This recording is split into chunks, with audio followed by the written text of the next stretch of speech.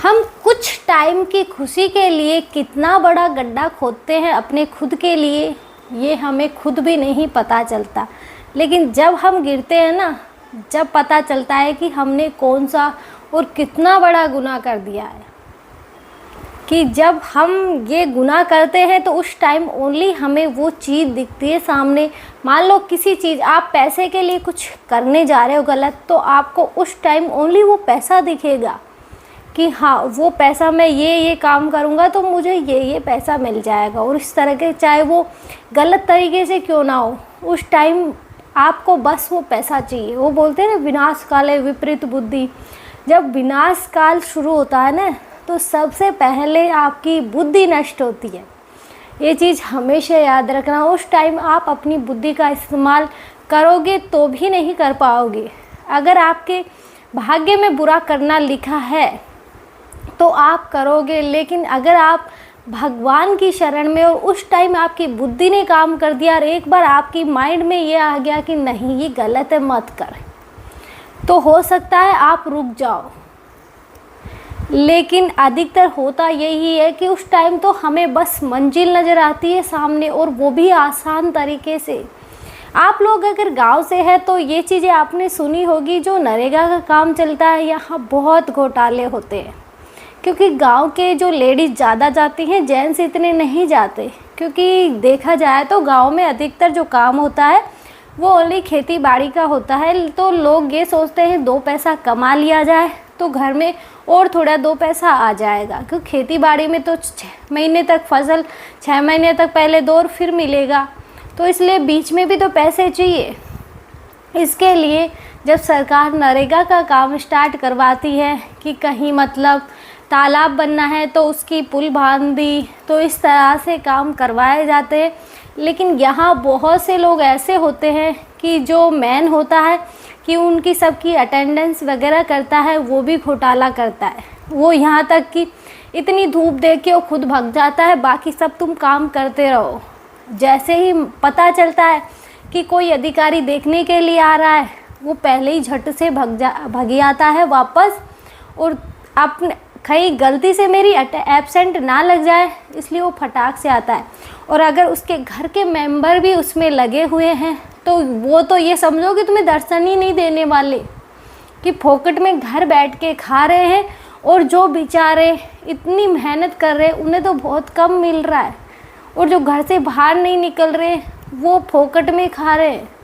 तो ये गलत चीज़ है कि तुम किसी और का हक खुद, मतलब खुद, अगर तुम्हारे हाथ में कोई काम है तो तुम गलत तरीके से उसे अपने पास थोड़ी ले सकते हो। ऐसे ही होता है इस काम में। यही एक आदमी ने इतना घोटाला किया था कि उसने मतलब ये नहीं सोचा कि आगे चल के मेरे साथ क्या होगा। अधिकतर सब लोग ही ये काम करते हैं, लेकिन एक ने कुछ ज़्यादा ही कर दिया था। एक ने यूँ किया था कि जो पैसे भेजने का काम था वो उसका था, कि जो भी काम कर रहे हैं मजदूर वगैरह उनके अकाउंट में वो पैसे डालेगा। क्यों, एक होता है ना मेन आदमी की वो अकाउंट मैनेज कर रहा है सबका, तो वो सबके अकाउंट में पैसे ट्रांसफ़र करता था। लेकिन यहाँ बात ऐसी थी कि जब पैसे मैं ट्रांसफ़र कर रहा हूँ तो क्यों ना मैं खुद भी फ़ायदा उठा लूँ। तो उसने मतलब इतना गलत सोच लिया कि उसने अपना फ़ायदा देखा कि जो लोग काम नहीं कर रहे, काम कुछ हुआ नहीं, फालतू का सरकार से पैसा लिया, फालतू का काम कुछ नहीं है ना, 2-3 साल से काम हुआ फिर भी वो पैसे लिए जा रहा था। सबको ये लग रहा था कि हाँ, और फिर और भी उसने आगे बढ़ के किया, क्योंकि बस उस टाइम उसे पैसे दिख रहे थे। ये बोलते हैं कि विनाश काले विपरीत बुद्धि की उसकी बुद्धि भगवान ने हर ली थी कि अब ये गुनाह का पात्र बनता जा रहा है। और उसके साथ भी सेम ही हुआ। वो पैसे लेने के जब लिस्ट भी दिखानी होती है मज़दूरों की, तो उसने ऐसे ऐसे लोगों की लिस्ट बनाई जो लोग इस धरती पे ही नहीं है, भगवान को प्यारे हो गए। कि जो लोग अभी इस धरती पे है ही नहीं, बहुत टाइम पहले ही भगवान के पास चले गए, उन तक का नाम उसने लिख के सरकार को लिस्ट भेजी। लेकिन अब वो होता है ना कि अगर तुम ये सोच रहे हो कि कोई देख नहीं रहा ऊपर वाला सब देख रहा है, तुम्हारा हिसाब करके मानेगा। बिना हिसाब के ना तो तुम जा सकते हो, ना तुम्हें वो जाने देगा, क्योंकि तुम गुनाह के पात्र हो। तो उसके साथ भी सेम हुआ। उसने मतलब यहाँ तक कि खुद के घर वालों के सबके अकाउंट में उसने पैसे डाले, खुद के में डाले, खुद के भाई के में डाले, पापा के में डाले, मम्मी के में डाले, भाभी के डाले, सबके डाले। सब घर वालों ने भी उस टाइम उसे नहीं रोका कि ये गलत कर रहा है तो। लेकिन जो मज़दूर सच में काम कर रहे थे थोड़ा बहुत, उन्हें भी नहीं मिला पैसा, कि वो घर तक आ जाते थे लड़ाई करने, लेकिन वो मिलता ही नहीं था। इतनी अति कर दी थी उसने। लेकिन बोलते हैं ना कि कहीं ना कहीं जाके तो गुनाह की सज़ा तो मिलनी होती है। तो उसका भी नंबर आया। 3-4 साल तक उसने घोटाला किया, तब वो आराम से अपनी लाइफ जी रहा था। लेकिन इसी बीच में उसे शराब की लत लग गई, और शराब की लत भी इतनी लग गई कि मतलब छुड़ाए भी नहीं छूटती थी, कि वो पता नहीं छोड़ना नहीं चाहता था या छूट नहीं पा रही थी। तो वो मजबूर सा हो गया था, चलने की बस की नहीं थी, क्योंकि जब शरीर इतनी ज़्यादा शराब पिएगा तो शरीर नॉर्मल सी टूटेगा ही।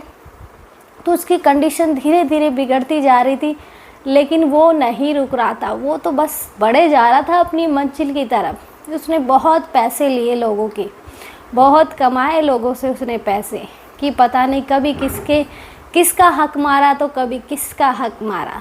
और दुनिया में हक मारने वाला कुछ टाइम के लिए खुश हो सकता है, लेकिन जब हिसाब होता है तो याद रखना वो दुनिया को मुंह दिखाने के लायक नहीं बचता। भले ही वो बेशर्मी से दिखाए, लेकिन भगवान जब हिसाब करते हैं तो सही करते हैं। लेकिन वो आदमी भगवान को नहीं मानता था, कि भगवान कौन है, होते ही नहीं है भगवान। तो आज भी बहुत सारे, क्या अधिकतर 50% लोग भगवान को नहीं मानते हैं। जबकि देखा जाए तो हम ये क्यों भूल जाते हैं कि जो हमारे अच्छे बुरे कर्म का हिसाब कर रहा है वो कौन है। फिर वो कौन कर रहा है, कि हमने बुरा किया है तो वो हमें आगे जाके मिलेगा, अच्छा किया है तो भी आगे जाके मिलेगा। तो हम क्यों भूल जाते हैं कि हमारे जो अच्छे बुरे कर्म का हिसाब है वो भी तो कोई कर रहा है ना। तो भगवान कैसे नहीं है। अगर हमने गलत किया है तो उसकी सज़ा मिलेगी, अच्छा किया है तो हमें फल मिलेगा, लेकिन फल मिलेगा ज़रूर। तो उसके साथ ऐसा ही हुआ कि जब सरकार को पता चला तो सरकार ने एक्शन लिया और उसको वापस पैसे भरने पड़े। इस टाइम उसके पास पैसे नहीं थे। इस टाइम घर वालों ने अपनी इज्जत बचाने के लिए अपने पैसे उसे दिए, और उसकी कंडीशन ये हो गई कि वो कमरे से बाहर नहीं निकलता। कि हम ये सोचते हैं कि वो इतना खुश है, गलत काम कर रहा है, लेकिन ऐसा नहीं है। लेकिन लोग ये नहीं सोचते कि अगर मैं ये चीज़ें कर रहा हूँ तो मेरे बच्चे और मेरी बीवी का क्या होगा, उन्हें कैसे संभालेंगे। लेकिन हम ये सोचते हैं पैसे मिल रहे हैं अभी तो ले लेने चाहिए।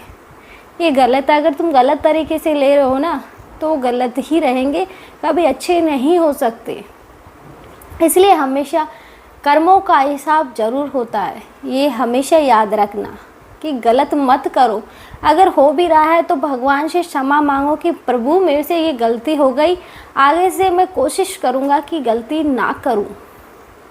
क्योंकि हम इंसान हैं तो कलयुग में है तो गलतियाँ तो हमसे होंगी। हम ये नहीं सोचते कि हम भगवान बन जाएंगे और हम गलतियाँ नहीं करेंगे। हम कोई गलती नहीं करते, गलती सब करते हैं।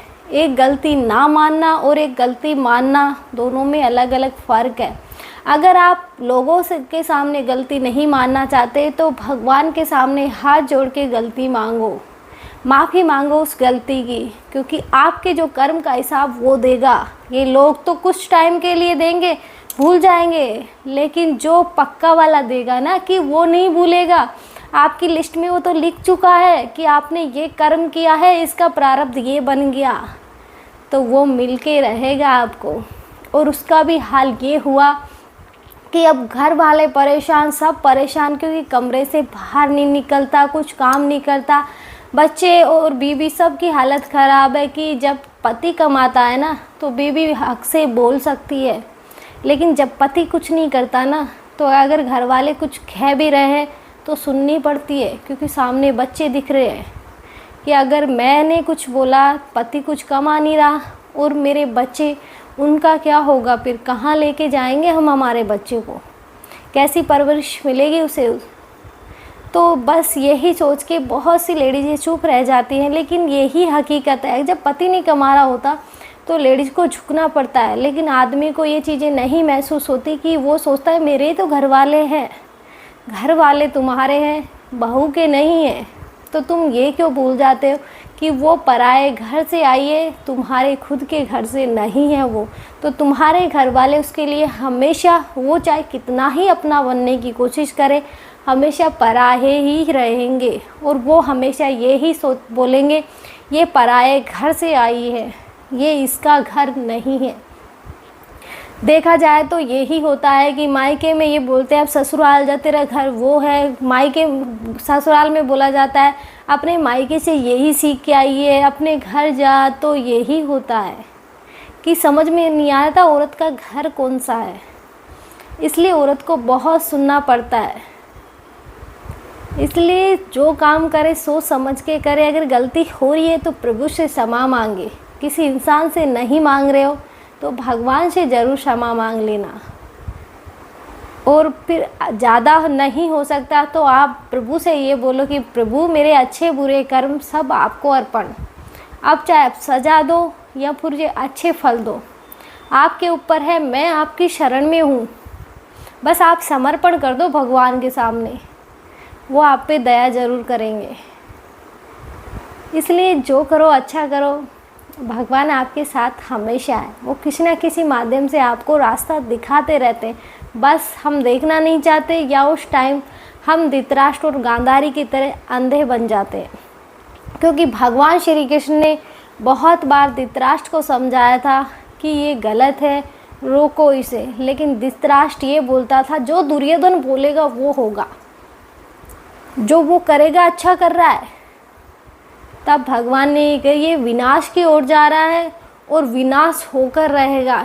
इसलिए एंड में जब सब कुछ ख़त्म हो गया था तो भगवान श्री कृष्ण को भी गांधारी ने श्राप दिया था, और यदुवंश का पूरा विध्वंस इसीलिए हुआ था, क्योंकि वो गांधारी का श्राप था।